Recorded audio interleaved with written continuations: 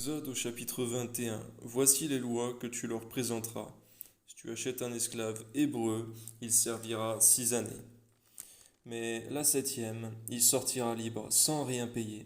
S'il est entré seul, il sortira seul. S'il avait une femme, sa femme sortira avec lui. Si c'est son maître qui lui a donné une femme et qu'il en a eu des fils et des filles, la femme et ses enfants seront à son maître et il sortira seul. Si l'esclave dit j'aime mon maître, ma femme et mes enfants, je ne veux pas sortir libre. Alors son maître le conduira devant Dieu et le fera approcher de la porte ou du poteau, et son maître lui percera l'oreille avec un poinçon.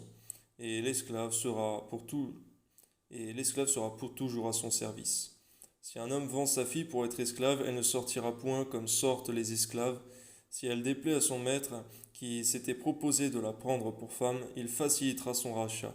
Mais il n'aura pas le pouvoir de la vendre à des étrangers après lui avoir été infidèle.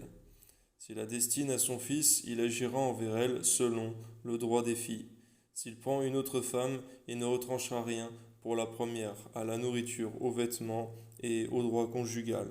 S'il ne fait pas pour elle ces trois choses, elle pourra sortir sans ne rien payer, sans donner de l'argent. Celui qui frappera un homme mortellement sera puni de mort.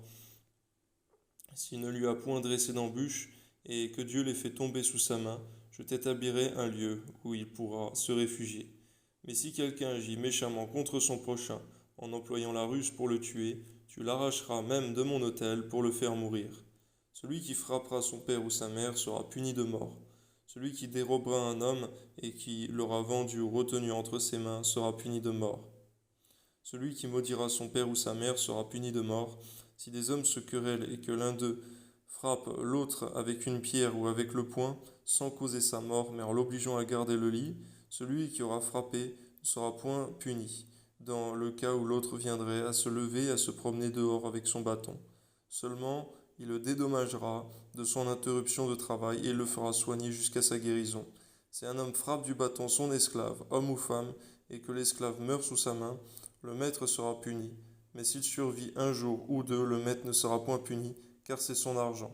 Si des hommes se querellent et qu'ils heurtent une femme enceinte et la fassent accoucher sans autre accident, ils seront punis d'une amende imposée par le mari de la femme et qu'ils paieront devant des juges.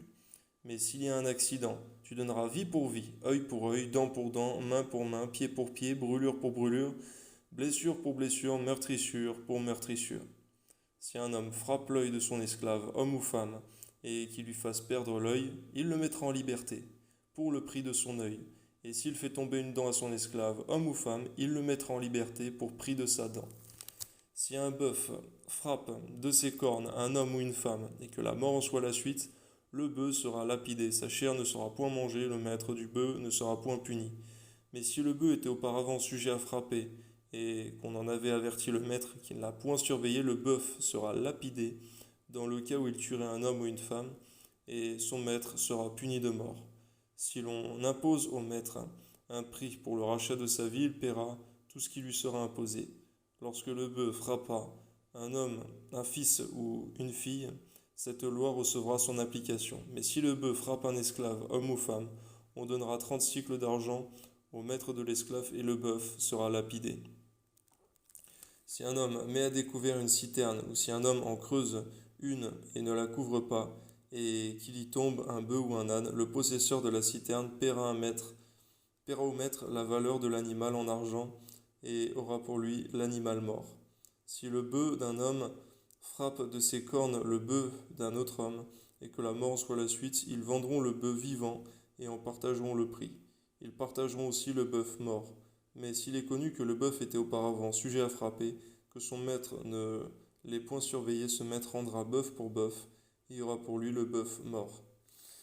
Seigneur, merci parce que toute la loi, Seigneur mon Dieu, dans l'Ancien Testament, dans l'Ancienne Alliance, Seigneur, et pour nous, Seigneur mon Dieu, euh, ce commandement, Seigneur mon Dieu, aime ton prochain comme toi-même, Seigneur.